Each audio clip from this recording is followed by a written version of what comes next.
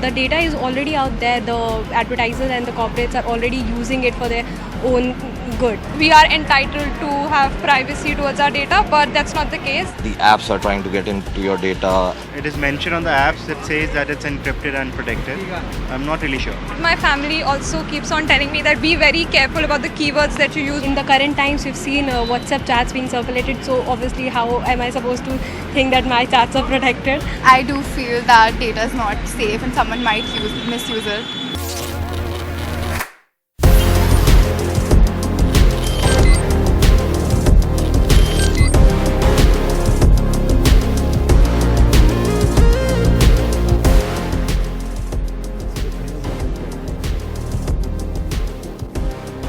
Hello and welcome. Physical spaces have been replaced by virtual playgrounds. Face-to-face meetings now are very different. They mean emojis. If you like someone, you send them a GIF, not a gift.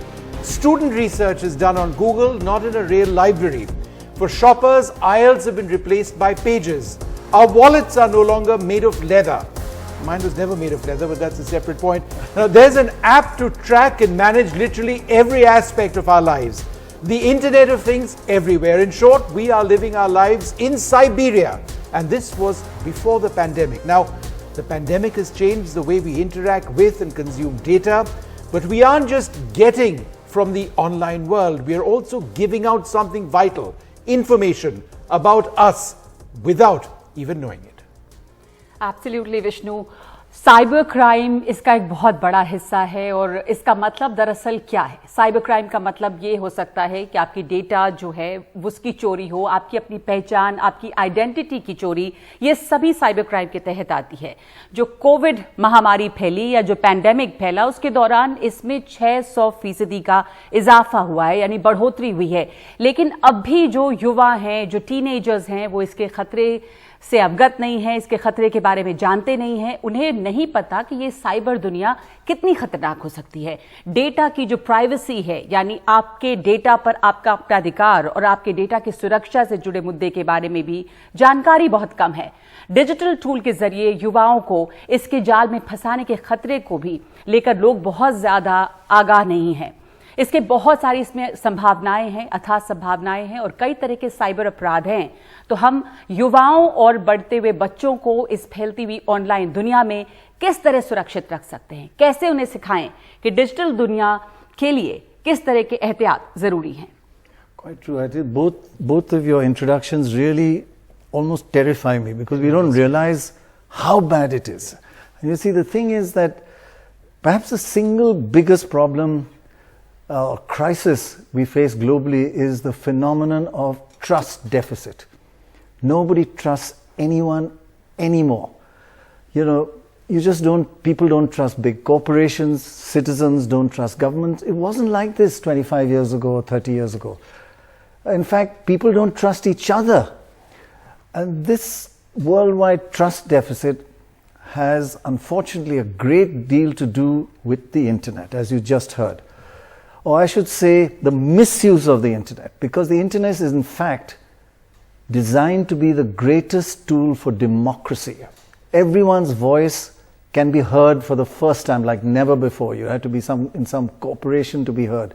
Now anybody can can get his voice or her voice heard. But like many great inventions, it can be used for disgraceful and anti-democratic purposes. Snooping by governments on their opposition and on citizens, Pegasus. And now we just heard that the US government asked Israel for Pegasus. And that's just one example. And worst, it's used by stalkers, child molesters, and worse. So why today's show is so important is because we need to understand the ghastly phenomenon and how do you guard against it. Not only understand it, be aware of it, but how do you guard against it? And I think you're going to tell us. That's right. Well, Nagma, I mean, it's such a concern, and as parents ourselves, how we protect our kids from this menace. Right. It's stuff that we often don't understand ourselves, but it's something we really need to lay context on. Right, yeah. Well, let's just bring in our guests now, and it really gives you an idea of how serious this issue is. We've got Kumar, who joins us at this stage.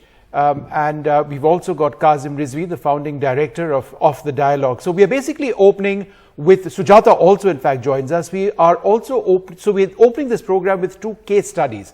One, an individual who's faced blackmail, and one who's lost money from her account. So let me just come to you first, Kumar. What is the biggest concern that you faced, that you understood when you faced this crisis yourself, when you had to suffer in something in a situation like this?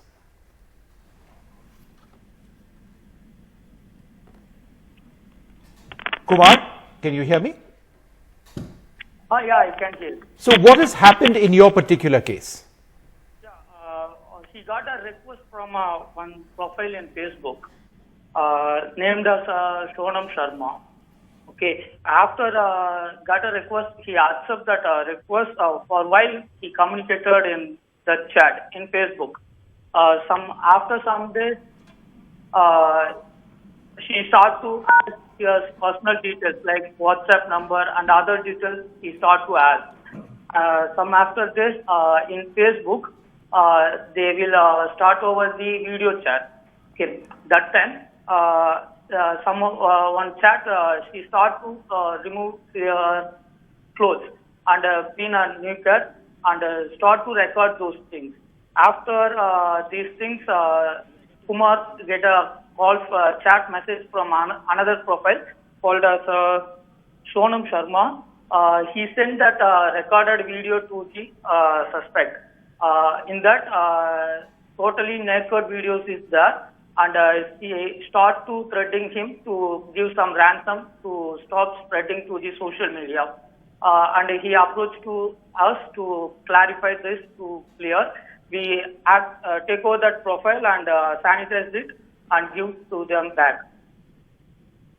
जी, हमारे साथ इस वक्त सुजाता भी जुड़ रही हैं। सुजाता, आपको हमारी आवाज आ रही है?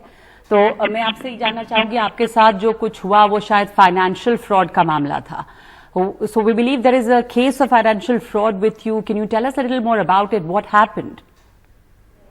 Well, it was at the end of the day, and after a full day's work, when one is quite exhausted and distracted, and I got a message saying that your UPI account will be shut unless you do a KYC. And I do use my internet, banking affair, basically payments and so on. So I kind of panicked when I saw that message. And I clicked on the link that was sent, and that sent me to my bank, the bank's internet page. And it looked exactly like that. So I put in my password, I got into it, and as I said, it looked exactly like my bank page. And then I was asked to put in these OTPs. And the minute I put it in, I mean, of course, I was distracted. I do admit calls over there. But the minute I did it, I lost 1.25 lakhs in less than 5 minutes. And I haven't got it back, and I have no hope of getting it back. And Sujata, you had a question for Kazim to ask. Go ahead. I just wanted to ask you that, it seems a simple enough crime to track because because my bank account shows where the money went. It went to somebody's account and it went to an online seller's account.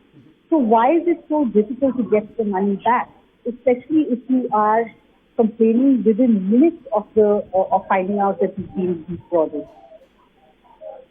Kazim? Yeah, thank you for sharing your story, and it's really unfortunate what happened with you. I think over here, there are a couple of things, which you can look into. Of course, one is to file an FIR with the police. I don't know how that process went, but there is another process with the bank that, you can file a complaint with the bank ombudsman. And then, the portal is available on the RBI website where you will be asked about the bank name, the website, the branch details, and the facts of the case. So you have to provide all the information and upload the evidence of your complaint to the bank. And then you should get an acknowledgement of your complaint. Once the review is done by the ombudsman, within 30 days of a complaint, the ombudsman should resolve the issue or sort of come back to you. So if the banking ombudsman, this is the process which usually happens. If this doesn't work out, then you can file an RTI application for your police FIR which you have registered with the cyber police or the cyber cell in your location, nearby your location. So I think that's another step which you can take if the police has not acted on your complaint. But there are, many instances where we have seen that, when such cyber frauds happen, and there's very little outcome in terms of grievance to the consumers, in terms of them getting the money back, or even the cyber criminals or the cyber fraudsters getting caught. So these are some of the ways you can go about. Plus, there is another way you can sort of file a complaint on the MHA website. There is a cyber sort of a cell, grievance cell option on the website also where you can file a complaint. But the outcomes, as I said, is something which the police and the government has to work on increasing, because there are many instances where we see that many times the consumers don't get the desired grievance solved, which should happen usually in such cases. Right. Okay, Kazim, I have a question for you. The internet has been around for a long time, 30 years now, 3 decades. आप ये बताएं कि आखिर ये online जो खतरा है वो इतना ज़्यादा अभी कुछ सालों में क्यों बढ़ा है? पैंडेमिक का कितना बड़ा हाथ इसमें रहा, क्योंकि इंटरनेट तो काफ़ी समय से है, पर अचानक से ये खतरे बहुत ज़्यादा बढ़ते जा रहे हैं। देखिए, अगर आप इंटरनेट को देखें पिछले 30 सालों में, पिछले 3 दशकों में, तो इसको 3 हिस्सों में डिवाइड करते हैं। पहला हिस्सा है वेब 1.0, जो कि 1990 के दशक में आया था, जब ईमेल वगैरह लोग करते थे और वन-ऑन-वन कॉन्वर्सेशंस होती थी। वो एक बहुत ही इनिशियल, बहुत ही नेसेंट स्टेज था इंटरनेट का। उसके बाद 2000 और 2010 के दशक के बाद वेब 2.0 का चलन चला, जहां पे सोशल मीडिया बहुत ज्यादा डोमिनेट करने लगा और लोगों की जो जिंदगी है, जैसे आपकी नौकरी, एंटरटेनमेंट, शॉपिंग, सोशलाइजिंग, सब कुछ आप इंटरनेट पे करने लगे। सो देवर सर्विस प्रोवाइडर्स, देवर कंपनी सेटअप, और काफी ऐसी सर्विसेज आप जो कि नॉर्मल लाइफ में जैसे आप ट्रेडिशनली ऑफलाइन करते थे, वो आप ऑनलाइन करने लगे। तो इससे क्या हुआ कि high percentage of your life, of your daily life is spent on internet. उसका डायरेक्ट आउटकम क्या है कि आप बहुत ज्यादा डेटा शेयर कर रहे हैं इंटरनेट पे और इंटरनेट सर्विस प्रोवाइडर्स के साथ, और इससे आपका जो बैंक अकाउंट है वो लिंक्ड है, आपकी जो लाइफ है, आपकी सोशल मीडिया प्रोफाइल, आपकी जो दोस्त हैं, सब कुछ इंटरनेट पे लिंक हो गया है।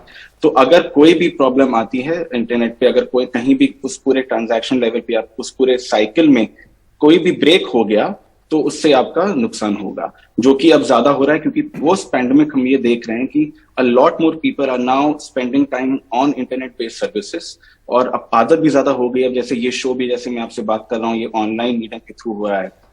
यूजुअली मैं, अगर आप बुलाते लोगों को स्टूडियो पे बुलाते, जो कि प्री पैंडेमिक होता, तो कोविड के बाद लोग घर से काम कर रहे हैं, काफी ज्यादा सर्विसेज यूज कर रहे हैं, और लाइफ वैसे ही चलिए जैसे चल रही थी because of these internet services. But Kazim, please tell me one thing which I really... That has led to a cyber increase in cybercrime. I just wanted to know, because there's so many people watching this, and the one question which so many people would have is, how can we tackle these issues effectively going forward? Very often we don't understand the dangers. Yes. What do we need to really look out for? Just one thing. So there are certain things which we need just one thing added to Vishnu's question is that a lot of people are asking, every site you go to now says, we use cookies, accept or not. Right. And we just accept. Is that a dangerous thing to do? Should we not accept cookies? Is that a way to snoop? I don't know enough, so I couldn't answer all the people that asked me, but you could. So I'll take your question, Dr. Roy, first. It's along with the same thing. Yeah. So when it comes to cookies, basically cookies are ways for websites to collect user information, collect personal information from you, which they use to target ads at you. So you should only accept those cookies which are required for the purpose of that particular website. For this, there is a lot more requirement for digital literacy, and also for websites to explain in simple language what particular cookies are used for what data collection, so that the user can then calibrate, okay, if these cookies are not required. Cookies? Sometimes you don't have a choice. Suppose you want to go apply for a visa. You go and say, accept all cookies, or you can get your visa, all my information is going to my notice. How dangerous can that be? I usually do not accept. But I don't know whether it's okay. They don't let you progress. Then you don't let, it's absolutely. Tricky one, that. It's a very tricky one. It's a big issue, right? I mean, even for people like us, it's very difficult to discern, okay, these are the cookies which we don't have to accept, or we should. So I think it's a duty of the websites and of course the service providers to make it easier and simpler for users to understand. But of course, there's a long way to go there. So I think that's one, don'ts which we should also take care of in terms of, okay, don't accept all cookies. But then there are certain things which we can do to make our life simpler. One, set stronger passwords, right? Passwords should be stronger. They should be alphanumeric in nature. Try to use encrypted services for emailing, for messaging, for but most of us can't even remember simple passwords, let alone strong passwords. It's. I mean, these are basic hygiene things. Huh? These are basic hygiene things you have to do because a tremendous amount of your life is depending on the internet, right? You have your mobile payments. No, but see, that's tell us your password. Right, I just WhatsApp it to you. No, but Never share your I think password online. Kazim, a lot of people don't. try and stick to a common password and then add numbers to it. Correct. And to try and remember it, right? Is that something which is dangerous? That the Absolutely. bulk of the password is the same? Yeah. Or do you need keep Absolutely. thinking up something different? You need to keep everything different every time. I mean, you're creating a honeypot situation if you just keep one common password. So you have to write it down somewhere and then you lose that and you had it then. No, so write it on a physical piece of paper and put it in a locker in your house. Right. Lock it up. And if you forget it, otherwise, if you have priority passwords, save it on your notepad in your phone. So there are ways to do it, basically. I mean, we have to take a lot more. It's like securing your own physical household. Like a lot of us, we spend a lot of time on securing our houses. You have CCTV cameras, people in the colonies have security guards, etc. Even in our household, you have the most state-of-the-art lock system, I'm sure. Okay, so why can't we do the same when it comes to online security? One more related to this. One more question I want to ask you because you're an absolute expert on this.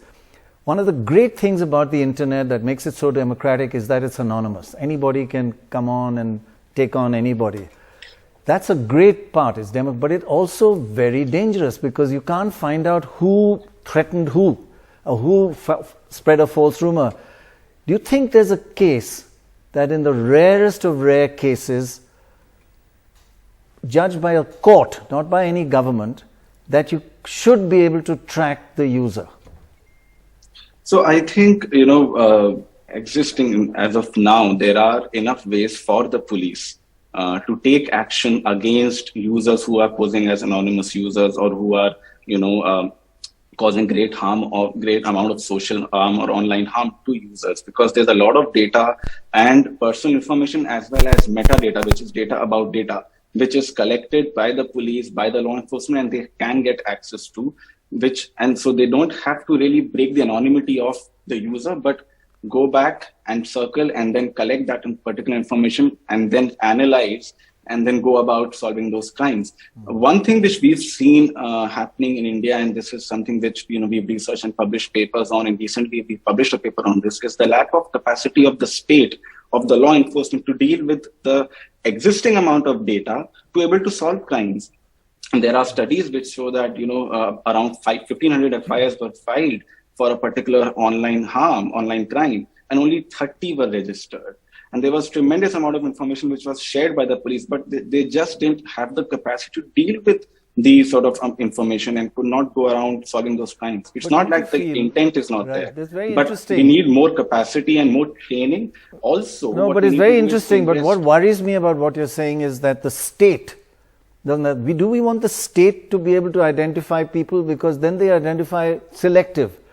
If anything is the judiciary, not the state, meaning the government or any government, doesn't matter which country, who, what, but governments can misuse breaking anonymity. To some extent, the independence of the judiciary, you can rely on much more. No, absolutely, which is why, for example, in the data protection bill, we are looking at a data regulator.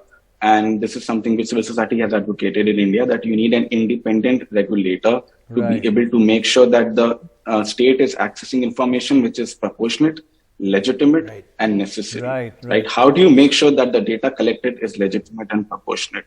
That's the job of the courts and the judicial oversight. So when it comes to surveillance, you need judicial oversight and a parliamentary oversight mechanism so that we can ensure that the executive is, of course, working within the boundaries which have been set in the Constitution of India.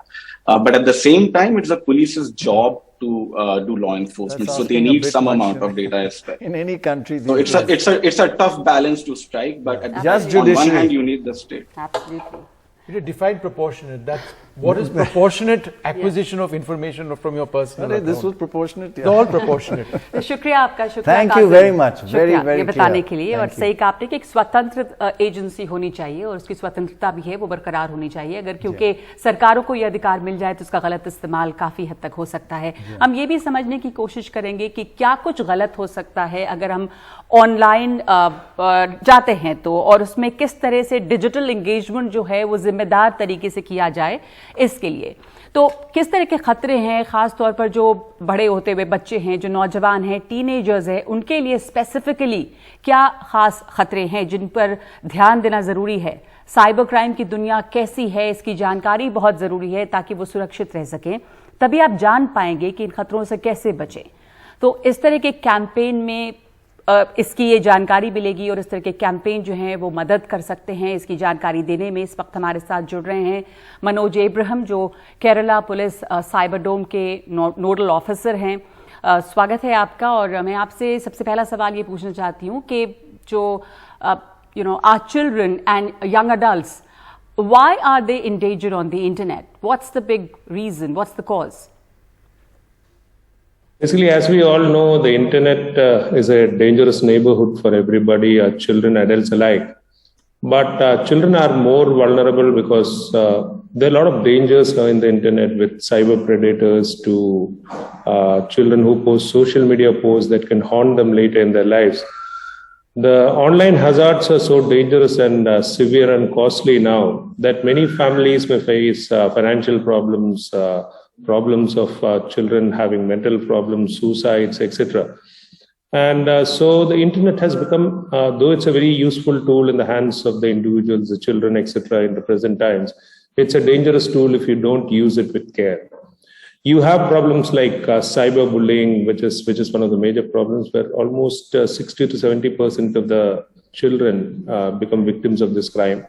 You have cyber predators on the internet who are there looking for children who are not under any adult supervision, trying to coax them, trying to sexually exploit them, etc., etc. Another problem that children face is accidentally downloading a lot of malware, which gives the hacker the control of the device they are using. When you click on a link or you go to a fake website, the malware automatically comes into your mobile device or your iPad, and then the control of the entire information goes on to the hacker, which can be used to really harass them. And these are the things that really the problems that children face in the net. Mr. Abraham, in all of your investigations, to you, what poses the most danger? Is it engaging with strangers or giving out personal information, OTPs, PINs? What causes the most harm, in cases that you have personally been looking into? In our experience with the number of complaints that are coming to us, we have cyber crimes reported for all these factors also, like people talking to strangers, people posting their personal details, pictures, videos online. Of course, the PIN, OTP, etc. is one thing that is causing a lot of financial loss to the individuals as such. But still, emotionally and psychologically, I think the most important reason has been the personal information that we post, or the pictures and videos that we share with people, and talking to strangers. And in many cases, we have found that complaints have come where the girl thinks that's a boy on the other side, where the boy thinks it's a girl on the other side. When you find the person, when he actually meets that person after, say, 1 or 2 years, he finds he's an old man or an old woman, and suddenly the shock and the emotional breakdown comes in. A lot of suicides also have been reported when you're talking to strangers and you find that suddenly it's a predator on the other side who's trying to sexually exploit you with the pictures and the material that he has downloaded. So all these emotional kinds of crimes have come. So it's very essential that we understand it's a no-no for contacting strangers or passing on personal information to them. And as I mentioned, what pictures are you sharing on the net? What are the kinds of personal information that you're sharing? We had a case in one of the districts here where oversharing of the information of their house, the pictures, and when they are going out of the house on vacation, etc., has led to thefts also, because the thieves found it very easy to get this information. and have a theft in that house when the persons had gone outside the country. That's really scary. But I really want to know, as parents and for young people who are watching, please tell us how and when should one be reporting these cases as criminal activity? What is the recourse one can take? What should be the first step? Yeah, that's a very relevant question. Many people ask us, the moment they fall into cybercrime, that's when they know they have no idea where to go to. Now, the government of India has come out with a national crime reporting portal. This is what everybody should know about. They should be very aware about. It's the National Crime Reporting Portal is bought by the MHA, the Ministry of Home Affairs. It's a portal that works on a pan-India basis. You just need to go to the site. You can give a complaint anonymously. You can give a complaint on your personal name itself. You can go inside the website. It's clearly available. Any kind of cybercrime, whether it's an individual crime, financial crime, or a crime of stalking, you can actually report there. You can actually type in your complaint with your details, and it will come immediately to the relevant police station. The system is connected throughout. It will come to the connected police station. If it's a financial crime, immediately that concerned accounts or the connected accounts to which the money is going, it will immediately be blocked. It's a very connected system with all the banks, the financial system, all the police stations in the country. Apart from that, it has a call center also. If you call 1930, that will also go to the same portal. 1930 is the crime reporting helpline that you have. Right. If anybody faces a problem, they just need to go to 1930 and report that cybercrime. Right. So I encourage everybody, use the National Crime Reporting Portal and spread your word. The moment a cybercrime is reported, kindly report to that portal. So stay with us, Mr. Abraham. We'll come back to on this program in a little while from now. But what we'd like to do is actually stay with the theme of understanding what can go wrong, and therefore why a campaign like this is necessary, what really the goals are. Now, we're joined by a very special guest. Before that, can I ask you a question? No. Your question is always... No, I just want to... Because this is what everybody faces all the time. I have got a package to deliver to your house. What is your exact address? Exactly. Everybody knows. It's out there. No, so do you give the address? Well, on certain apps, you don't have a choice. Say if you want to get a food delivery... No, sometimes they actually phone you and say... They could be anybody phoning. It's a problem. Yeah. You have to ask who it's from and then take a call. It depends if you get gifts. See, I don't get that many. So. It's not a gift. Well, joining us now, Ramguru Radhakrishnan, an assistant professor who looks at cybersecurity at Amrita Vidyapeetham. Thank you so much for being with us. This is something that affects all of us, and a term that is often used is responsible digital engagement. This is what we keep telling our children. And we keep lecturing them saying, be responsible online. What is responsible digital engagement? I mean, what is acceptable and what is safe and what is not?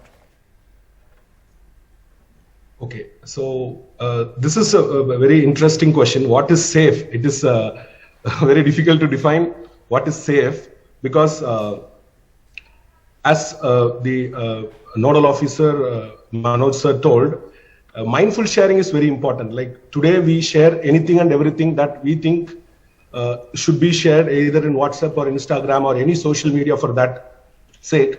And we try to announce all our details, where I am, when I am celebrating, who I am with, what I am doing. So all these things are being shared without even thinking who will get access to read all those things.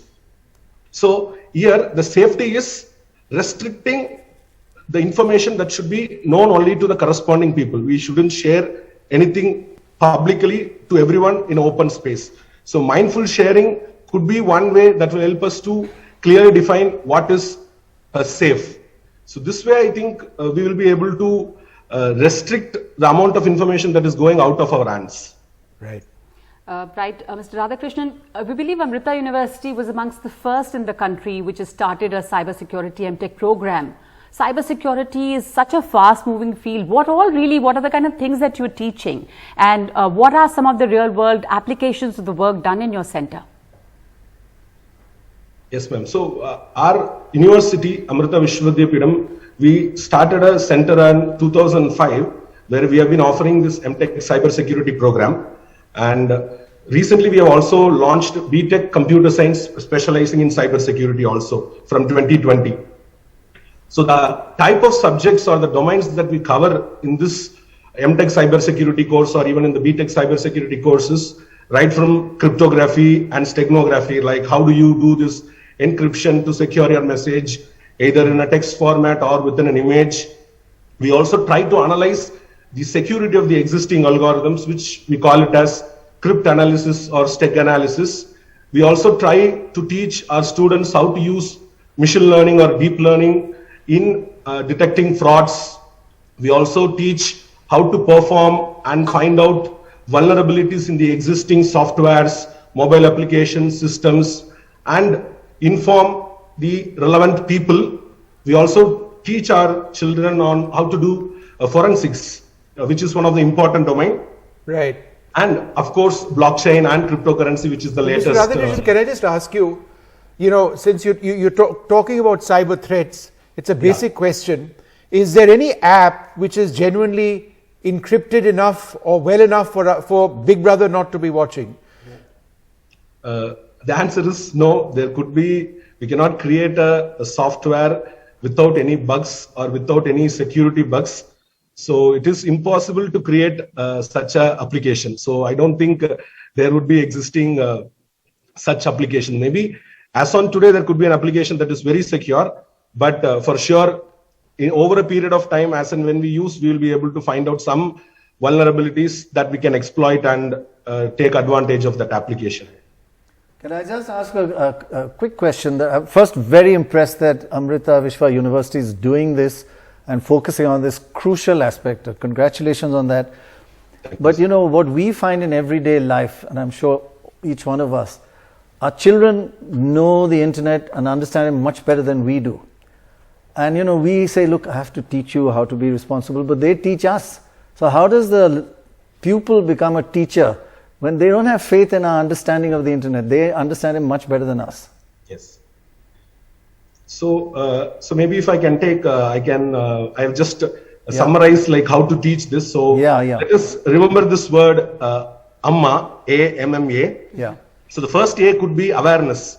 Like as a parent or as a teacher or as a policy maker, I should be aware of what are the technologies that I am using, my children are using, and I should know what information I am sharing, how it is getting used, where it is being shared, who all can access it. So that awareness is one key thing. Next is M, which is, as I already mentioned, mindful sharing. Whatever we store or whatever we share on the internet is there forever. We cannot remove it. Once a picture is shared, there will be 1,000 copies of that picture. So what you share is more important. You click a wrong link, your money is gone. So think before you click. So mindful sharing. Third one is mindful decision making without being non-judgmental. If we are going to start judging our children or people, then whenever they get into some critical issues, they will never come back to us and tell, I faced a problem. So it is very important. What decisions we are doing is more important, and that should be non-judgmental. We shouldn't judge any person who is coming and telling, I faced a problem in cyberspace. We should be inclusive to understand their problem. Right. And the last A is anonymity. Lot of problems that come today is because of anonymity. So we should teach our children and tell that there is nothing called anonymous. Maybe for most of the people it is anonymous, but there will be someone who can find out that this is what done by this X person. So this AMMA, if someone can remember, I think... Thank you, very, very useful. Yeah, AMMA. Thanks very much for sharing those thoughts with us. Well, the first step towards responsible online behavior is actually understanding data privacy, what your rights are, how you should exercise them. Joining us for more on this critical theme of data privacy, Rama Vedashree, CEO of the Data Security Council of India, Lalit Panda, Senior Resident Fellow at the Vidhi Center for Legal Policy, Srinivas Kodali joins us as well, a researcher working on data governance and internet. Rama Vedashree, let me come to you first. Nobody really asks this question, but perhaps it's something we should all be thinking about. What exactly are our rights as consumers? What is it that we should know that protects us? Yeah, thank you, Vishnu. And first of all, compliments to NDTV for doing a telethon on this team. There's now hope that there'll be more awareness. Thanks for that. So the first thing I would say is, while privacy is declared as a fundamental right, we first need a legislation and an enforcement to make sure that it is operationalized, right? In terms of the rights of whether it's children or adults on the online world, the first thing is, I think every user on any digital service or an online platform, particularly children and even women, I would say to a certain extent, need to be familiar with what are the risks of online platforms. How do you responsibly use that? Even Mr. Manoj earlier talked about it, right? And I would say, given the current landscape of India, where a lot of users are coming online now, or many of them are not digitally very literate, the cognitive burden of building those kind of controls and safety mechanisms should also rest with the actual providers of those platforms. The providers could be industry members, providers could be, even a government agency. So I would say, what are the controls that you're putting in place so that any personal data that is being shared, the responsibly collecting it, processing it, and when it comes to children, are you really doing some necessary age verification?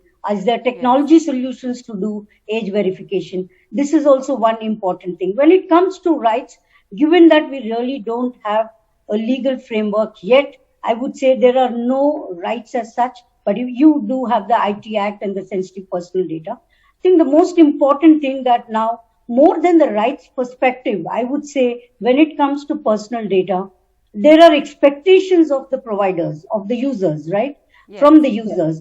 And you need to meet those expectations rather than saying, I'm going to comply with a law. Irrespective of whether there's a law or not, I would say anybody who's offering a digital service, particularly targeted at children, need to take that accountability and responsibility so that those privacy accountability is principles so are baked very in. important. Yeah. Like you're talking about young people, we've been discussing, how to make them aware, children, young people. I have a question for you, Srinivas Kodali. How do we build these conversations, with about, say, 15 to 30-year-olds? Will they listen? And how do we make them understand? Like Dr. Roy just said, that they probably better than us. Yeah. Yes, they understand better than us. And how do you explain it to them? Tough one. Srinivas Kodali. Sorry, I was on mute. I think this age group is a very interesting age group. It's probably the age group where you're most curious. You really want to identify how things work. And it's not that we have to initiate these conversations. The conversations actually already do take place. But they don't have the right sources to inform themselves. Like right now, there is not much information about how do you exercise your fundamental right to privacy in India, because there are not enough resources except the large judgment by the Supreme Court bench. I think what we need to create is a lot of awareness. This age group is already curious about protecting their privacy. They're talking about it. They're all online. They know how it functions. With COVID, with the past 2-3 years, them being just at home, they really know how this is affecting them. I think what needs to happen now is we need to explain these people how the world works when they're transitioning, when they're becoming an adults from adolescence. I think you have to teach them responsibility on how to behave online, which is something that we haven't done as a nation, even part of our education systems. So the advocacy around awareness around these issues is something that we need to start doing at scale. Okay. One of the questions which has become very relevant in the last few days, you've heard of this teacher in Kerala, actually, who has molested and perhaps even raped students for 25 years. And there's been a lot of complaints to the college and to the police, and nothing was done until the day he retired yesterday, and he put a Facebook post and everybody came out. And it's how do we ensure that when a youngster, a boy or girl, complains about being molested or harassed, that the state, the police or the judiciary or anybody does react and take it seriously? 25 years of complaints, I think more than 50 children were affected. Yes. What do you think? 25 years of complaints, I think more than 50 children were affected. 25 years of complaints, I think more than 50 children were affected.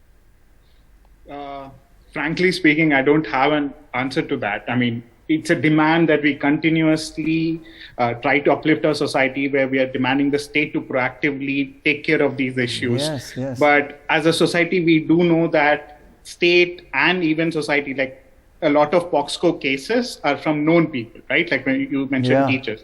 It could be a family member. For kids, for children of these age groups, I think it's the responsibility is on us as an entire society to talk about this. It's not just the parents. Some schools do talk about this. They start talking about sexual awareness when at the late teens.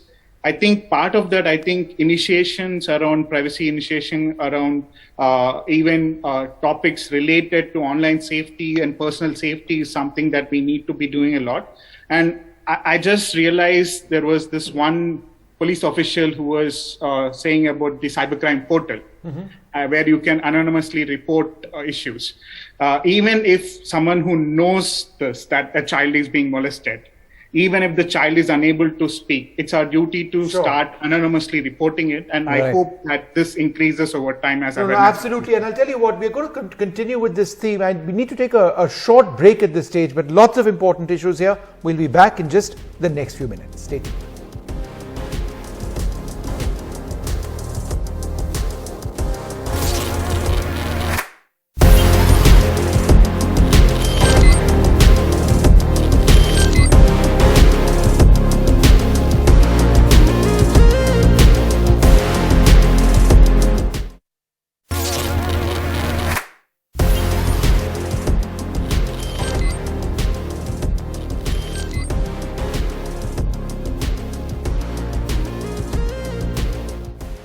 Safe in Cyberia, that's the name of this program. We are looking at so many aspects of being safe on cyberspace, but I think it's also important to know about our rights, which is why data protection is so important. Now, Lalit Panda, work began on India's data protection framework several years back. In fact, that's something that the Vidhi Center looked at very closely. But a lot has changed in these 5 years, and quite frankly, data protection is a grey area to people like me. What is it about data protection that are my rights that we should be knowing? Yeah, so I think as you asked Ms. Vedashi, who was also on the committee which was involved in coming up with a data protection law, as Ms. Vedashi mentioned, we currently do not have in law rights that are worth their name, that are worth their sort. So there are some provisions in the Information Technology Act which have to do with images about intimate parts of the body. There are provisions, criminal provisions about that. There are these rules under the Information Technology Act which are about implementing certain kinds of data protection norms, but only related to sensitive data. But the idea of this vision of a particular world, a society in which in which our own information, our personal data is given the dignity, is given the respect that it deserves. This is essential for us to understand some of the conversation we've been having so far. As you had been talking with Mr. Kodli as well, and as he has been mentioning, the culture of privacy that has to be developed to ensure that actually our rights are respected. This often depends on whether we have that vision about what does it mean for us to have control over our personal data. Right. And a law which lists out rights can actually provide that vision. So what are the kinds of things? One of the things is that if a government body or if any company or any other person has to use your personal data, they have to be able to provide certain reasons as to why they are using it. And they should not depart from those reasons. They should not start using that data for other reasons than what they have said that they're going to use it for. Mm-hmm. But even when they do these kinds of things, where they provide these reasons, that can be an inadequate anchor to ensure that something might not be happening to your data, which is wrong. Right. Even within those reasons, there are ways to play around. Even if you consent to certain things to be done with your data, that consent could be too broad, which is why the vision of a data protection law has been that even if a person has taken your data and has the ability to use that data according to certain grounds listed in the law, you have to continue having control over that data. And that continued control over the data is listed out in the form of certain particular rights. The right, first of all, to confirm from somebody that, yes, that person does have my data. The right to access that data. If I want to look at it, hey, show it to me. The right to correct it if it is inaccurate. So the data, even if it's false, it is still about you. So it is still your personal data, and you have a right to correct that. The right to ensure that you have to stop publishing that data if they're publishing it. Can I just ask you, on that same theme, can I just ask you, we started the program with something that disturbed me a lot about a person called Sujata who's lost 1.5 lakhs from her bank and has told the bank, and the bank's not doing anything. What are the rights? Can we name the bank and, naming and shaming, I don't know which bank it is, but do we have the right to do that? Because what recourse does an individual have in real cases of losing money from a bank or a financial institution or from, a shop or anywhere? Can they be named and shamed, or do they have no responsibility at all? Right. So these We'd like to help. These examples of financial loss, these actual tangible examples really bring forth how privacy really matters. And I didn't really hear the example, but I'm going to presume that the example involved somebody using Sujata's data, using her information, like, for example, her financial access information or her financial status information to gain access to her, financial accounts. I'm assuming that was the situation. It was actually a privacy question. These are questions where security safeguards, the kinds of ways in which companies and financial companies especially engage in their online service provision, they have to implement security safeguards of a high degree of importance. Now, the details about exactly what kind of technical safeguards are involved and how to ensure that the passwords aren't leaked, that the passwords are only provided to individuals and the people are aware that they shouldn't be sharing their passwords to anybody else. These form two different sets of tasks that society has to engage in so as to be able to ensure safe online behavior. One, the culture, and two, the rights and the security safeguards, the technical safeguards. So the company is going to do as much as it can, perhaps, to ensure that the technical safeguards are in place. But they also have to do that awareness provision to ensure that what we keep getting messages about, don't share your password with somebody. पर कई बार ऐसा भी देखा गया है कि अगर आपने अपनी जानकारी साझा नहीं भी की, लेकिन किसी ऐसे साइट पर कोई खरीदारी हुई जहां से पासवर्ड्स चोरी भी हो जाते हैं, कॉपी करते हैं, इस तरह की चीजें भी काफी होती हैं. तो ऐसे में लोग करें क्या? अगर एक बार आप इंटरनेट पे चले गए तो समझिए कि आप कि डेटा जो है वो आपका नहीं है. पर एक मैं क्वेश्चन पूछना चाहती हूँ रमा आपसे. रमा, ये जो DSCI है, the DSCI has the aim of growing the cyber security industry in India and making India really a global hub of cyber security. So is that a possibility, and what will it mean for cyber security for Indians? Yes. I mean, when we talk about growing India as a global hub for cyber security, we are looking at the opportunity side of cyber to address and mitigate the growing cyber risks, right? Across all sectors, including whether it's education, healthcare, whether it's, critical information infrastructure sector. So we are looking at how do we grow this industry, both from a services side and the products and the startups. And currently it is almost a close to $14 to $15 billion industry, where the technology solutions are built, whether it's for oil and gas industry, banking industry, whether it's for privacy protection. Privacy as a technology solutions for implementing privacy is a new domain that is coming up. Because just to, respond to the question Mr. Roy was asking just now, it's not about just naming and shaming the institution. I think that regulators are doing. It is possible. I mean, there would be a naming and shaming when an organization gets fined, when there is a gross security breach, right, which they could have prevented. But it is also about education and awareness, because often when you talk about losing some money, it is because some end user has not taken enough care, where, either a phishing SMS or a phishing email, they've responded to that. They have, responded to a call and shared a PIN. That's where the money gets lost. Absolutely, and and it's exactly at that stage that people are so vulnerable. We'd like to thank all of you very much, for sharing all of these very important perspectives. We need to take a short break, but we're going to be right back with a lot more of Safe in Cyberia.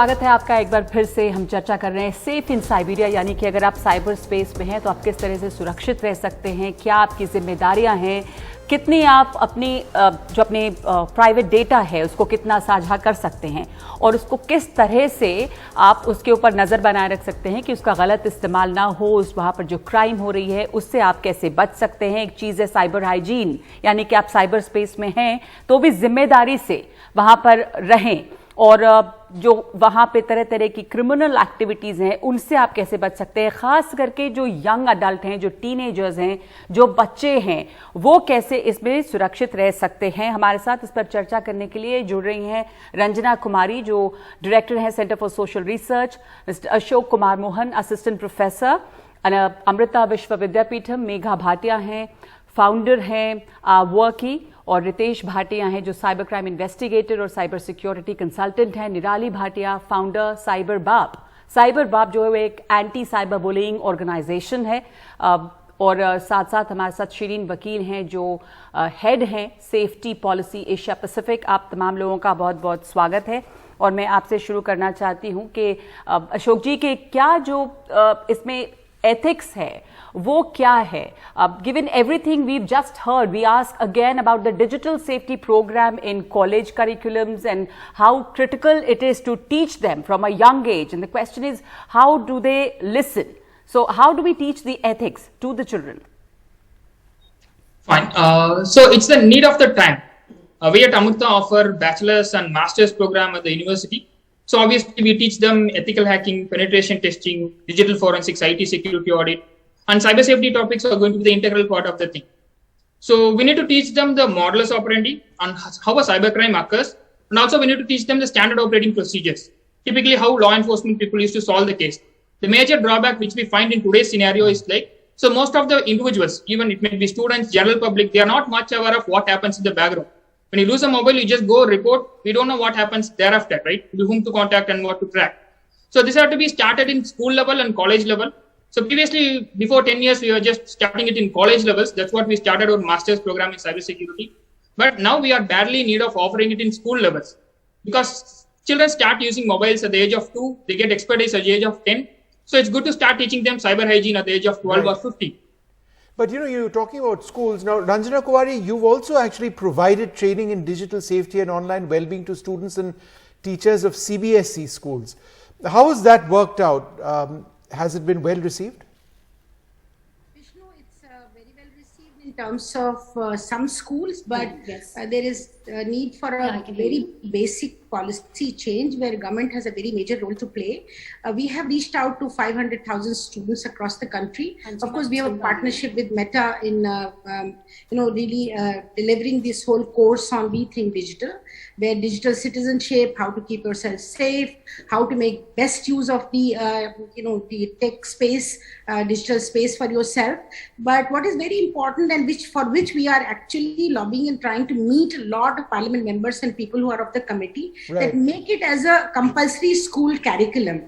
Bring it as as one of the papers, like for example, you are teaching Hindi, English, maths, whatever, but make it how to be online, how to be making use of the digital world and how to keep yourself safe, because safety is a very major issue at the moment. And at that age, all children are exploring, trying to, reach out, trying to play with each other. So there are so many different kinds of sites. It's not just the social media, but also gaming sites. There are many different sites where they should not go. So I think it's important that this particular idea has to be incorporated by CBSE. We have had some dialogue with them also, by them to bring it as part of the school curriculum. Now, the other very important part of it is that, parents' knowledge on these issues. So we have a whole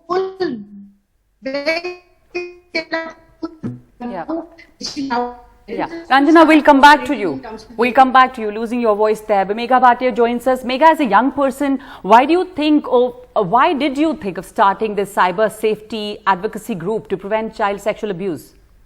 Yes. Because I remember when I was young, मेरे school में कोई सी education नहीं होती थी, and I strongly believe it is not a luxury जो हम बच्चों को दे रहे हैं, it is their human right. Like when we talk about international law, UNCRC is in place in our country, जिसका आर्टिकल 19 क्लियरली बोलता है कि स्टेट को एडुकेटिव मेजर्स यूज करने की जरूरत है ताकि बच्चों के पास नॉलेज जा सके, and we are doing it through animation. So we are doing it through a language जो बच्चे अंडरस्टैंड करते हैं. आई अंडरस्टैंड साइबर अब्यूज बहुत सीरियस इशू है, बहुत ही कॉम्प्लिकेटेड इशू है, but it needs to reach out to children in the language जो बच्चे अंडरस्टैंड कर पाए. एंड जब हम स्टैटिस्टिक्स को देखते हैं, it is happening with so many children.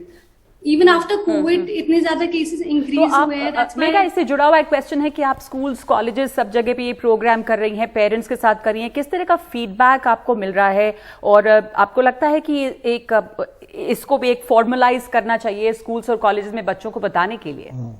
Absolutely, it should be part of the curriculum. जैसे मैंने बोला, it's not a luxury. We are receiving a very good response from children. In fact, जो हमने courses curate करे हैं, वो बच्चों ने मिलके बनाए हमारे साथ. बच्चों ने शेयर करा, दीदी मेरे साथ ये प्रॉब्लम होती है, या किसी जाने ने मुझे अपनी wrong image send करी. So it is so important that we have this as part of school curriculum, and it should be a mandatory subject. Right. Ritesh Bhatia, it's not just about abuse, it's also about cyber bullying. India, I'm told, is ranked very high in cyberbullying. What exactly is cyberbullying from a legal standpoint? What forms does it take? Okay, so as far as cyberbullying is concerned, it is one part of the cyber harassment. Under cyber harassment, there are several things. So there is like trolling. So trolling is something that we call that happens with the adults. When it is happening with certain kids, so that is the time we call it like cyberbullying.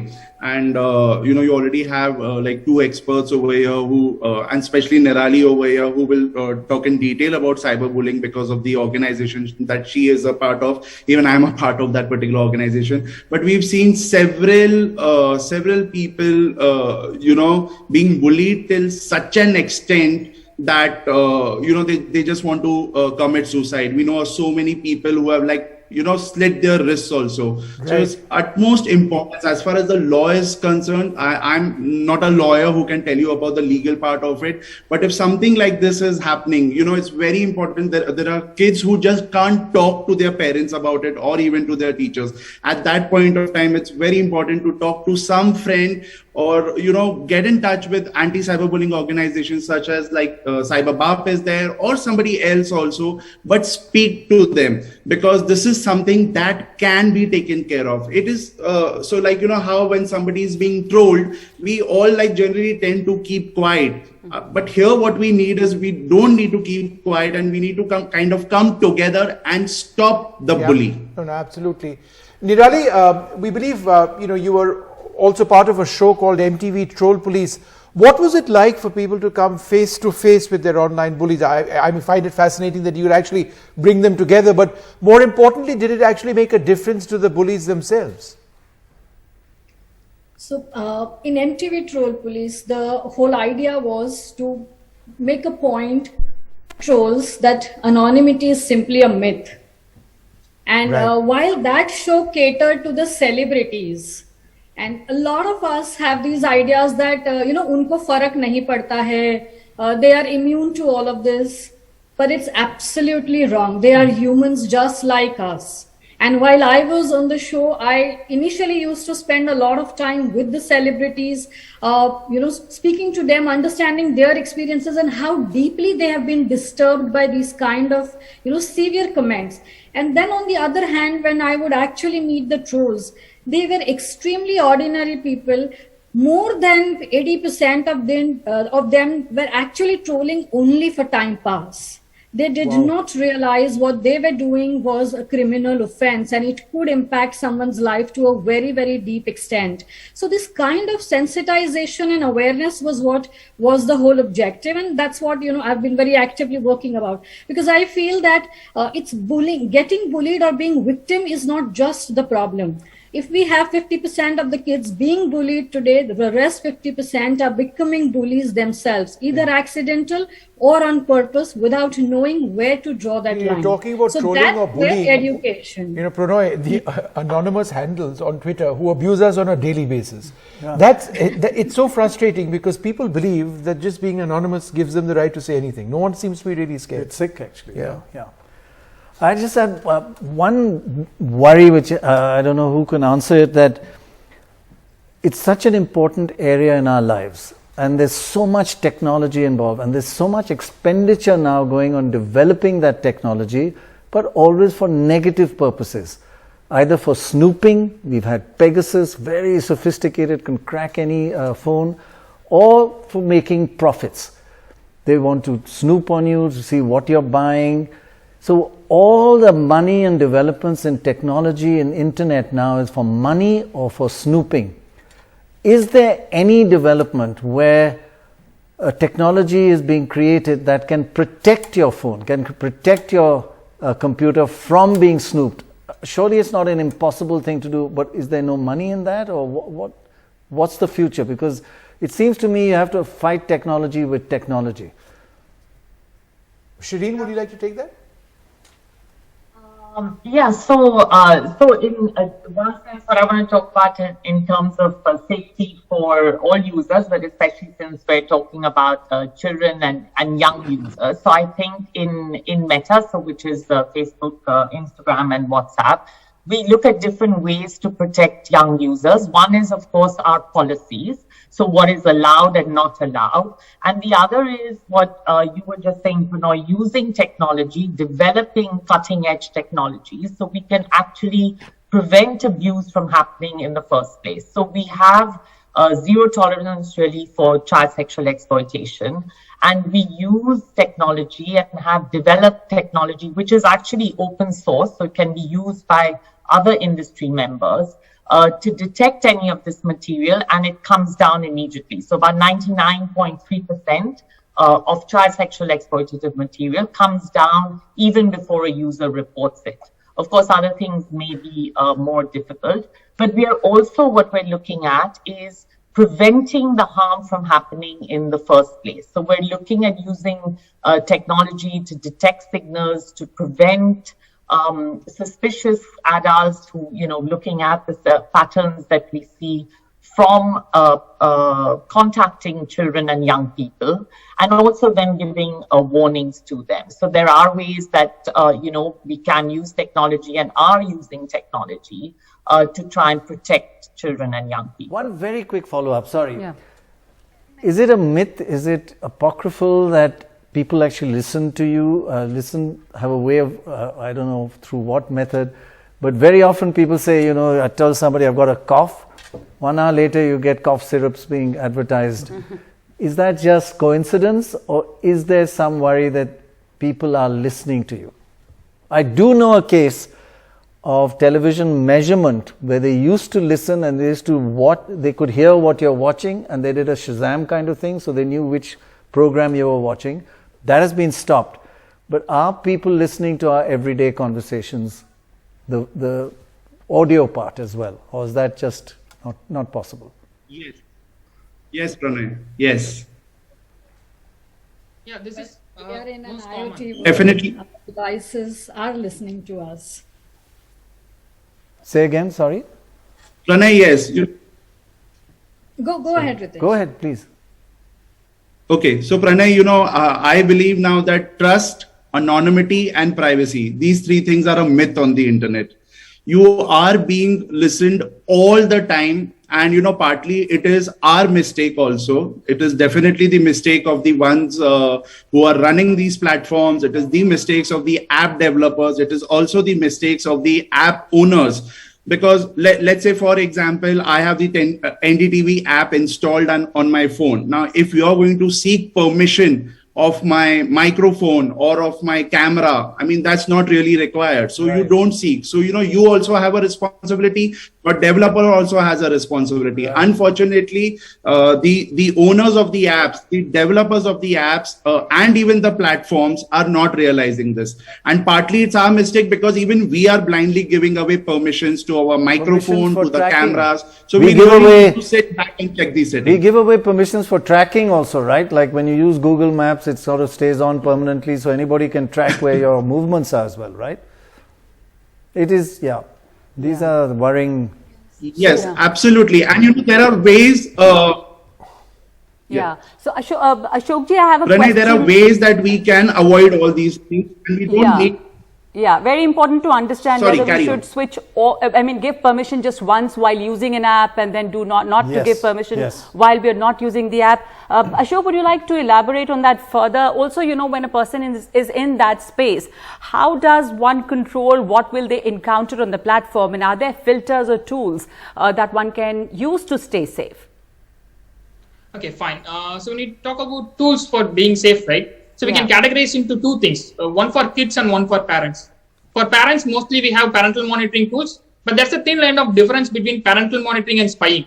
Because we used to face lots of cases in which people used to use parental monitoring tools for spying and they get on hold. Right? So when we use it for kids, it's going to be a parental monitoring tool, but spying is not most accepted in most of the countries, right? So the safe tools, right? We are releasing many campaigns now. Typically, we used to talk about a digital detox, the need of the time.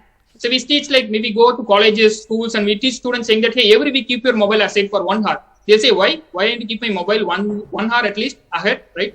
So that's what. There are many tools which can track you. Typically, it will just track.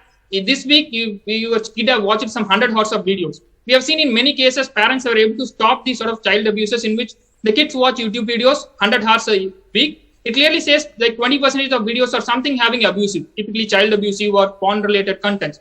So the parents can just track them and then they have a provision to just block it. Because when we go to a kid and say, hey, don't do this, they do it, right? But if stopping somewhere in the behind just by using some sort of AI technologies like this is good. So the most commonly tool used in US is called a net nanny. We have many versions of those tools that can be used for keeping us safe. So Shireen, I had a question. Can Meta guarantee users like me and others that the apps that you use or your app itself isn't listening in or filming us and ensuring that we are our privacy is protected? I didn't quite get the question. You mean like Facebook or Instagram? Yeah, Facebook or Instagram. Is there any way in which our faces or our audio, can you guarantee that it's protected? Well, I think what we want to do is make sure that you go on Facebook, people go on to Facebook and Instagram to communicate with each other, right? To connect with their friends, families, to share their stories and basically connect. And we want to enable people to connect, but to connect safely. And that's why actually we give the various tools and features to you as the user to kind of be able to control who you share, what you share. And that's one of the things. So for children, we have some specific additional measures. So something like location that I think some of my co-panelists were talking about. So location is automatically set to default for kids. For instance, minors automatically go into a private setting. And if they then choose to opt for a public setting, they will get a message saying, telling them what are that they are opting for this is something that they should be on the lookout for. But automatically they would default into private, their location would be turned off. And you yourself, you can actually customize what you're sharing, right? It's up to you. I mean, we can't go and say, don't, unless it's, of course, something that's abusive, but you can choose, do you want to share these set of pictures with just your family, with just your NDTV colleagues? And you can constantly change this.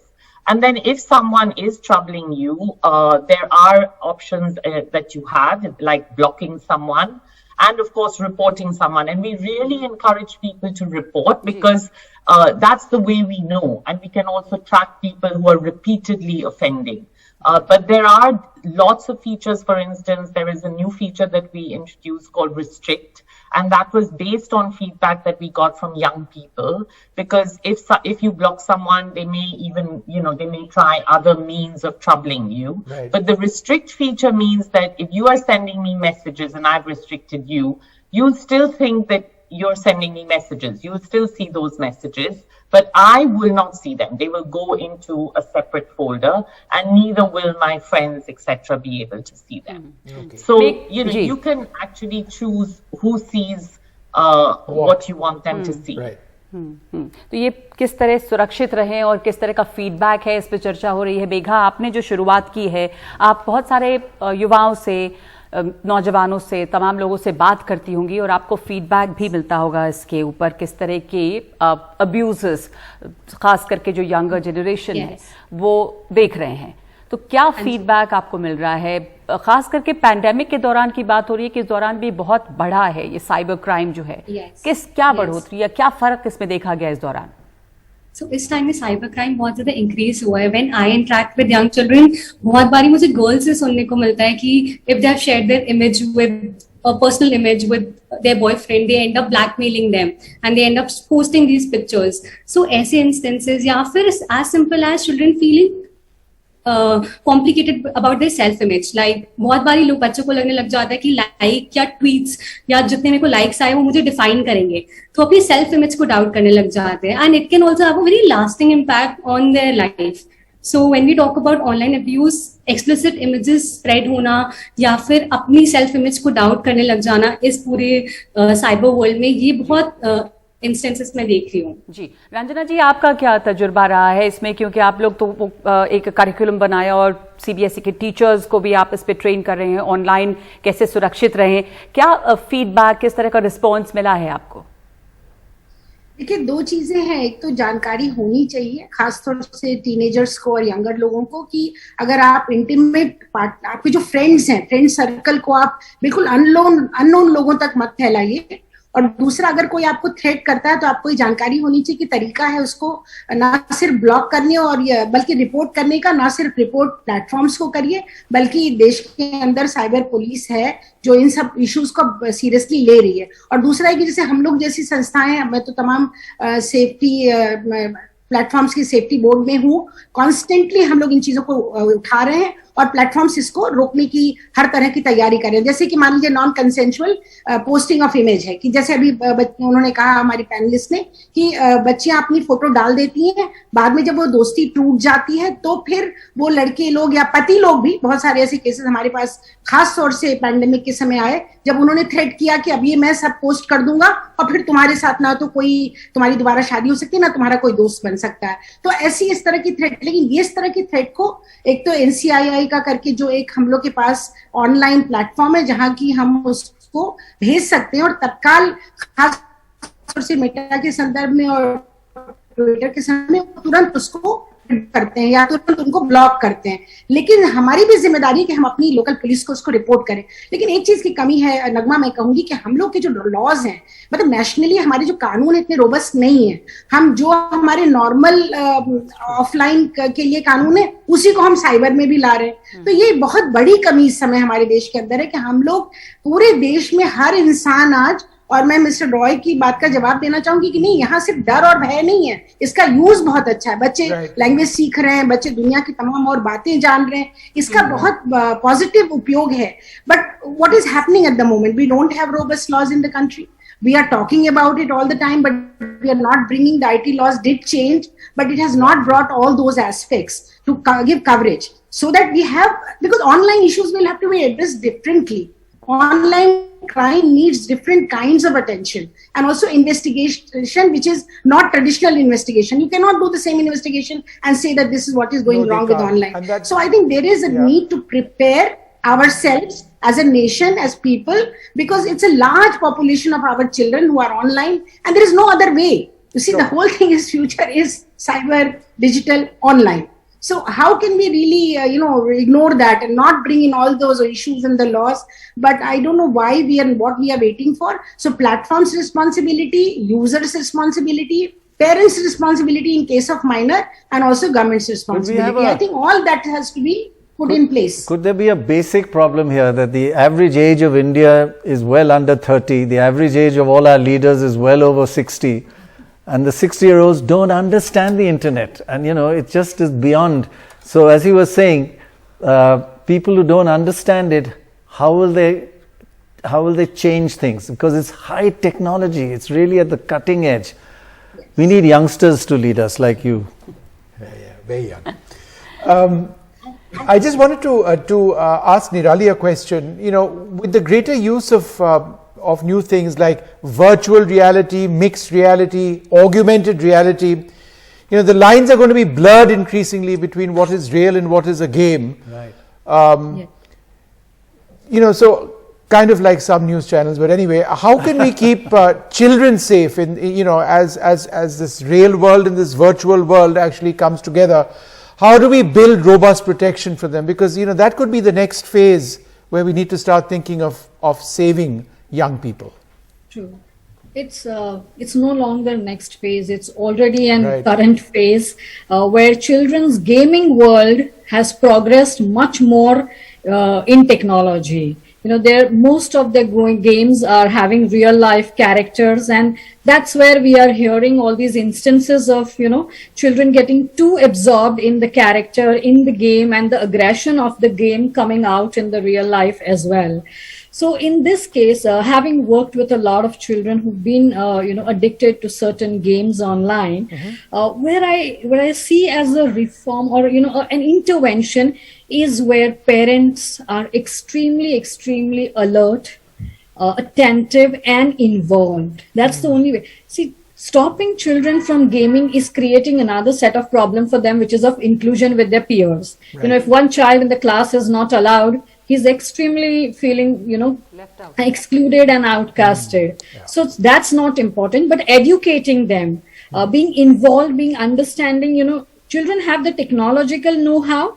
उन्हें ये समझ है कि हम immediately कैसे खेल सकते हैं, but they don't have the far sight to understand what are the dangers lying ahead. So that's where we as parents can play that important role. We as teachers, we as educators, is it a valid observation that many of these games are extremely violent?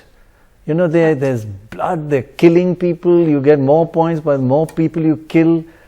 It's just surely that's not the appropriate kind of emotions to evoke in a child. But children's games are terribly violent these days. Yes. Children are going to get attracted to the games that are trending. Right. And somehow all the trending games are about violence. Yeah. And they are extreme form of violence. You just look at the graphic, it is so real-like. Yeah. And it's not that it's only in the violent games. There are other games like, soccer games or word games or block games. However, they are not able to sustain kids' interest because of the lack of personalization, which these violent games are giving them. Creating their avatars and enacting like that one character, feeling victorious. Now, these are the, sentiments which children feel sense of achievement, and that's where they get more and more engrossed in it without understanding where are they heading to. Right. So screen time, gaming time, we have to put our foot down as adults around children and ensure that we are aware, because more and more children are absorbed in this. There are behavioral changes which are very clear. Very worrying trend and a big challenge for parents, for adults around those kids. They're getting attracted to those games which are trending, and all the trending games are so violent. So that's really worrying. Thank you so much, all of you, for joining us. We are rejoined by Manoj Abraham, who is the Nodal Officer, Kerala Police, Cyberdome. There are now, Mr. Manoj, there are now cyber safety awareness programs being organized for mothers in Kerala. How aware are parents about correct cyber hygiene on the net? Basically, mothers, parents, this is by our study, by whatever analysis we have done, still the awareness part among parents is still lacking, though we are doing a lot of programs, but still they have to come up to that level, we actually have launched a lot of programs in Kerala, all over India also, with the National Crime Reporting Portal IC4 coming up. But in Kerala, we have a specific program called KitGlow, which we actually do for the three stakeholders of children, students, that is, and teachers and parents, because the parents are a very important stakeholder in this regard for security. Another thing that we emphasize on is basically parents spending time with their children, because that is what various studies also show. When the cases come up, when we analyze that, we understand that the time that they spend with the children are very less. And technologically, we need to understand that children are always smarter than us. So the awareness part is very crucial. We need to be aware of the dangers that lurk. The parents need to be very aware of that. They need to continuously brush their knowledge up, because new crimes are coming up. So awareness is crucial first for the parent, and then he needs to teach his children on a daily basis that these dangers are there. So it is basically empowering the children. The parents have to empower the children, not scare them, because scaring is not going to help them. They have to empower, and this has to be a continuous process. It can't be a one-off process and then it's off. It has to be a continuous process where regularly this is done. Sure, but Kerala has been quite advanced in this matter. How prepared is India, in fact, from a law enforcement standpoint? Our agencies, are they able to deal with this threat which keeps growing from the cyber world? How can we make processes of complaint and redressal simpler? I mean, people just don't know how they can complain. Yeah, that's a very good question, in the sense that the cyber world is evolving, the cyber world is expanding, it's getting complicated, and so are the crimes also. The crimes are getting more technologically more difficult to detect. With the encryptions and the principles that are coming in, it's getting more difficult for the police and enforcement to come in and detect such crimes also. And with the global play field that is available, it makes it all the more challenging for the law enforcement. Still, we are one step behind is what I can say. We need to have a constant capacity building with our force. Actually most of the police forces are going more technical, where they are going in and employing more technocrats into the field. You are training the existing policemen in handling basically cyber crimes, because the nature of crimes are changing from the traditional realm to the cyber realm also. But still, we need to understand that it has to be a continuous affair. It's a constant cat and mouse game. What we have done in Kerala is we have started a concept called Cyberdome, where we do a lot of research on the emerging problems. That is how we remain step in with the criminals also. We remain one step ahead, because you need to look at what is the problem that is going to come up tomorrow. So unless you do that, you will always be a step behind. So it's very essential that a lot of research goes into that. The tools also are developed along with what the challenges are coming up. Only then we can remain abreast with the emerging challenges in the cyber world. So the police forces need to build their capacity. They need to upgrade their skills, and it is a continuous activity. We can't rest on our laurels. We need to do it on a continuous process to ensure that we are capable of meeting the challenges of the cyber world. Thank you. Thank you so much, Mr. Abraham. Of course, like you said, there has to be, it is a continuous exercise of updating yourself and staying ahead of the challenge, because there are new challenges emerging in the cyber world almost every day. बहुत धन्यवाद आपका। और एक छोटा सा break ले रहे हैं इस समय हम सेफ इन साइबेरिया चर्चा कर रहे हैं। एक ब्रेक के बाद वापस लौटते हैं।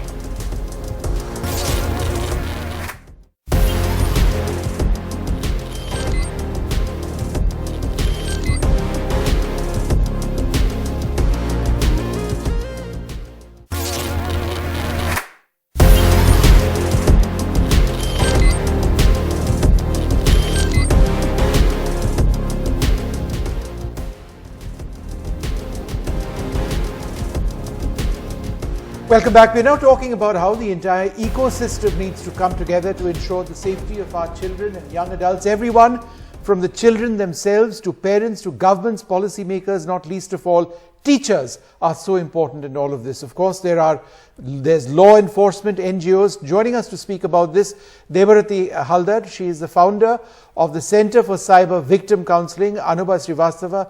Also with us, the president India-wide Parents Association.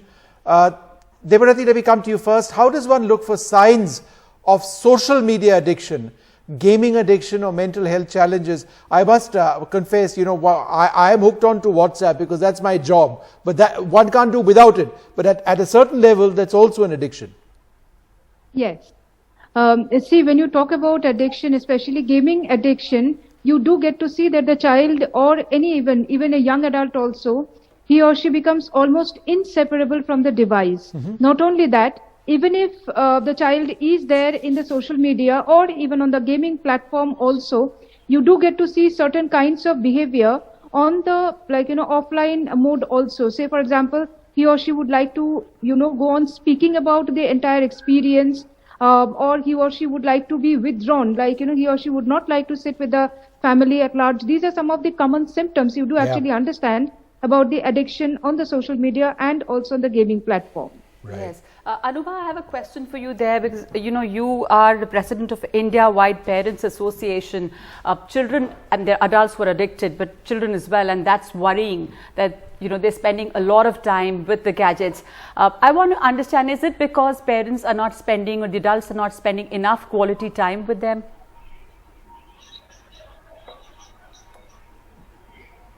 Yeah, thank you for having me here, and I really congratulate NDTV for taking this initiative because this is a very serious concern. And like post-lockdown, we could see that most of the children are now addicted to all these games and mobile phones and laptops, and they're helpless. Even parents are helpless. Parents are working most of the time. Parents don't interact with children. That is a very big concern.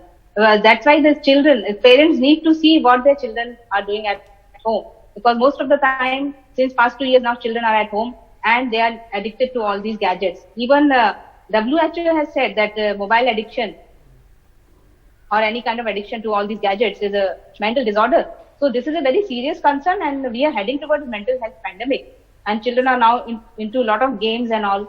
And the main thing which we should do is that lack of awareness is there. Parents are not aware only. Even I don't know what all games my children play, but I know that PUBG is there, 2-3 games we know. But there are so many gaming apps. There are other apps also which the children are engaged into. Right. Into all those apps, they are not aware. Lack of parents, especially those who are educated and those who are uneducated, or those who don't know about all these gaming apps, especially in remote areas.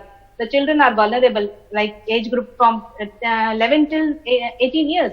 Yep. These children are hooked into all these mobile gadgets. Yep. So the time has come where all the stakeholders should come forward, be it schools or maybe government or any other boards, also CBSE or the ICSE board. They should come forward and design a syllabus, as some of the panelists were speaking, that we have to come forward and spread awareness among all the children and parents also. Parents need awareness. They don't know about all these gadgets. So we need awareness among parents and children, and let there be some curriculum which can be designed like Amrita University. In fact, I just wanted to ask Debarati, about children, because Debarati, you counsel cyber victims. Why is it that the shame and embarrassment is something that the victims face much more than the perpetrators? Is this something that it's unfortunate? It's an unfortunate reality. There is so much shame associated with a young child who's been embarrassed in one form or the other, and very often the perpetrators get away because systemically it's almost impossible to get at them. Okay. See, the thing is that we need to understand about the maturity of the children, especially mental maturity of the children. Now, when they are interacting with the perpetrators, knowingly or unknowingly, they may know that they are sharing certain data, because we cannot avoid the fact, we cannot neglect the fact that they are not ignorant of certain cyber safety rules. Right. Especially if you're talking about post-COVID or situations like this in 2022, etc. Yes. But considering about the mental maturity of the children, they are not yet very open with their parents. This is something I have seen not only with the parents but also with their teachers. This is something I have seen that when they are in a problem, who are there to actually share with? It is their peers. And the peers also obviously are children or the young adults, because if we see from the very first case related to the cyber harassment of children, like for Bazi.com case, what did we see? A child gets harassed online the child takes some contents and then the child actually lands in a soup because there is another young adult who is selling these things on an online platform. The same tradition has still been kept alive, and as from the legal fraternity, as from the cyber victimological perspective also, I have seen that children basically feel extremely vulnerable, extremely ashamed of themselves, and also obviously there are places for blame game also, because if they go to share these things with their parents, they would be scolded. If they go to share these things with the schools may suspend them, the schools may rusticate them. And the next thing is that if they go to report the matter to the social media platforms or the gaming platform, what happens? Until and unless they are made aware that what to share, how to share, and where to share, they may not be able to actually generate the evidences that are required for prosecuting the crimes. Leave it, that are even required for arresting or even for taking up the investigation. This is the reason, even if the child knows that he or she is now falling into the trap, they may not share anything. And that's how they become very much self-conscious. They become extremely withdrawn. And obviously, I completely go with what Anubha is telling, that, the parents are also not well aware. Rather, they are not well educated to deal with such cases. This is the reason we do get to see that there are also instances where, self-harms are happening for children, especially for certain kinds of accidents, technological accidents, technical accidents, etc. for the children. तो ये बहुत जरूरी है कि आपने जैसा कहा कि एक तो जिस शेम की बात की कि बच्चे जो हैं वो डर जाते हैं, उनको पता भी नहीं है कि किससे बांटे आप इस बात को, आप पेरेंट्स को नहीं बता सकते, आप टीचर्स को नहीं बता सकते, तो संवाद जो डायलॉग है वो बहुत जरूरी है। बच्चों में वो कॉन्फिडेंस पेरेंट्स को देना होगा कि उनसे बात कर सके, उन्हें बता सकें। अब अनुभव, मैं ये पूछना चाह रही हूँ कि एक तो पेरेंट्स के रोल के बारे में बात हो रही है कि कैसे उनको जानकारी होनी चाहिए ताकि वो बच्चों की मदद कर सकें, पर इसमें बहुत बड़ा रोल पेरेंट्स का तो है ही, लड़कों को, लड़कियों को, तमाम सभी को ये सिखाना जरूरी है कि कैसे ऑनलाइन भी, हमने देखा कि महिलाओं के खिलाफ अपराध बहुत बढ़े हैं, साइबर अपराध जो हैं बच्चों के खिलाफ, तो उन्हें रिस्पेक्ट करें, उनका आदर करें, एक जो डाइवर्सिटी है उसको ध्यान में रखें, एक इंक्लूसिव माहौल हो, ये तमाम चीजें ऑनलाइन भी जो एक बिहेवियर पैटर्न है, उनका बर्ताव कैसे होना चाहिए, क्योंकि जो ऑनलाइन दुनिया है और जो ऑफलाइन दुनिया वो इतनी मिलजुल गई है, तो वो तमाम चीजें वहां भी लागू होती हैं। जी बिल्कुल बिल्कुल सही कहा आपने। और आज की डेट में बच्चे अगर हम देखें, they are living in virtual world actually, और उनको समझाने वाला या उनको गाइड करने वाले लोग नहीं है। इसलिए हम लोगों को जो है सोसाइटी को, एज ए सोसाइटी उन्हें कुछ इनिशिएटिव लेना चाहिए। Like in our society, the area where I live, in my area we are starting a campaign. हमने एक कैंपेन स्टार्ट कर रहे हैं हमारे एरिया में, which is teenage festival. We are doing a festival for teenagers. So उसमें हम लोग we are calling up lot of people from cyber department से, narcotics से, और भी कई जगह से हम बुला रहे हैं। वहाँ बच्चों का हम कल्चरल इवेंट रख रहे हैं, so that बच्चे उसे इंटरेस्ट लेंगे। दे विल, क्या प्रॉब्लम हो सकती है, वो उनको अगर इस गेमिंग ऐप के थ्रू अगर किसी उसमें फंस जाते हैं, किसी या फिर एडिक्शन होता है उनको, तो इसको किस तरह से बाहर निकलना चाहिए।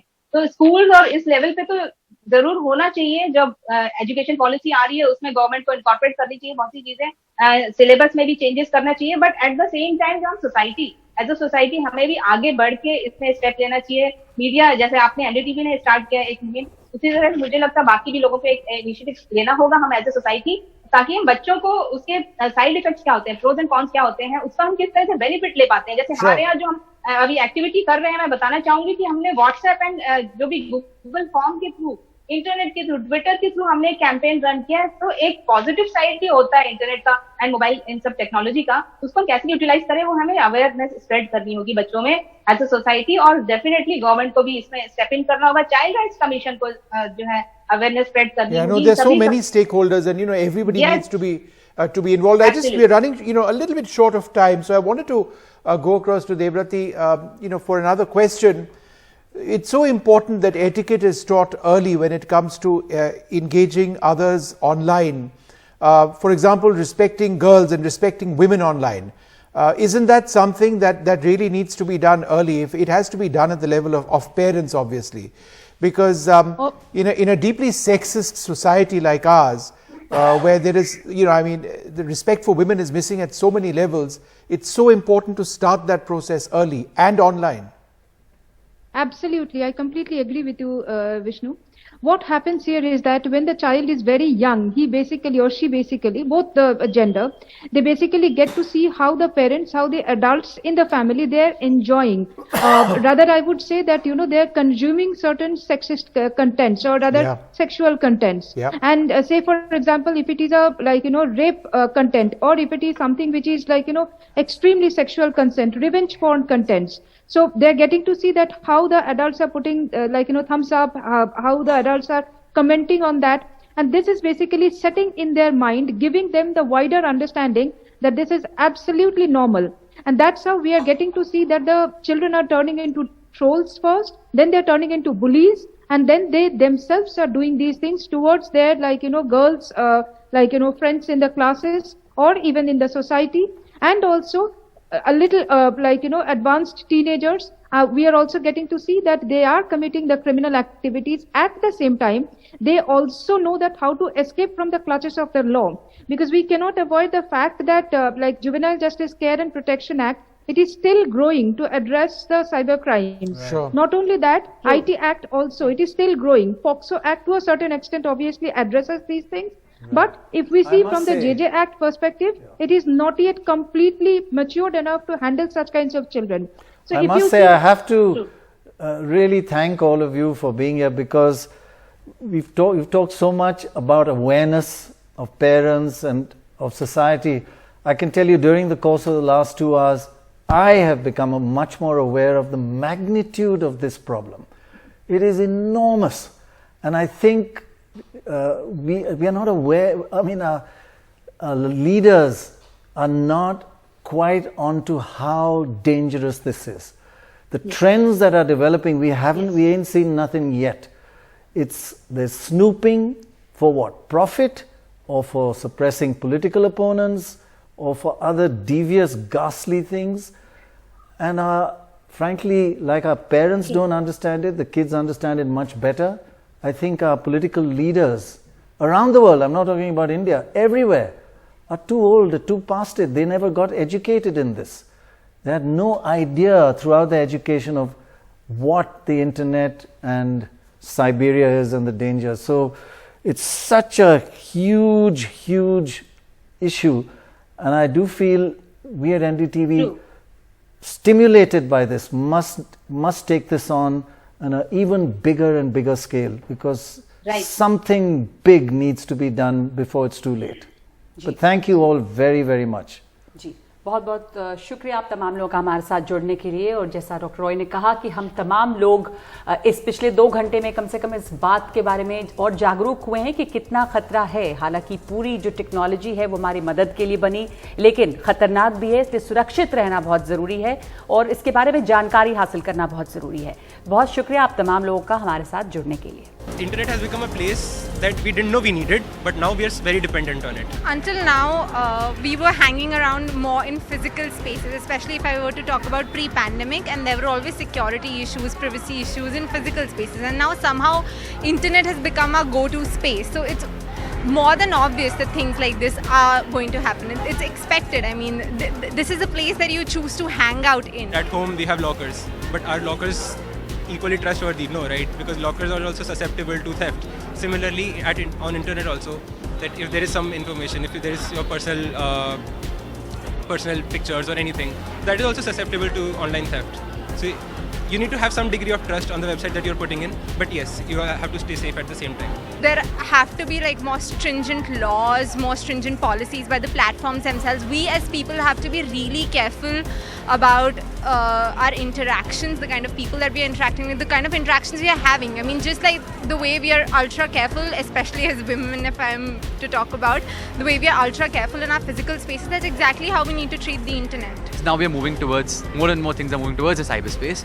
We need to be more aware of our rights in the cyberspace particularly.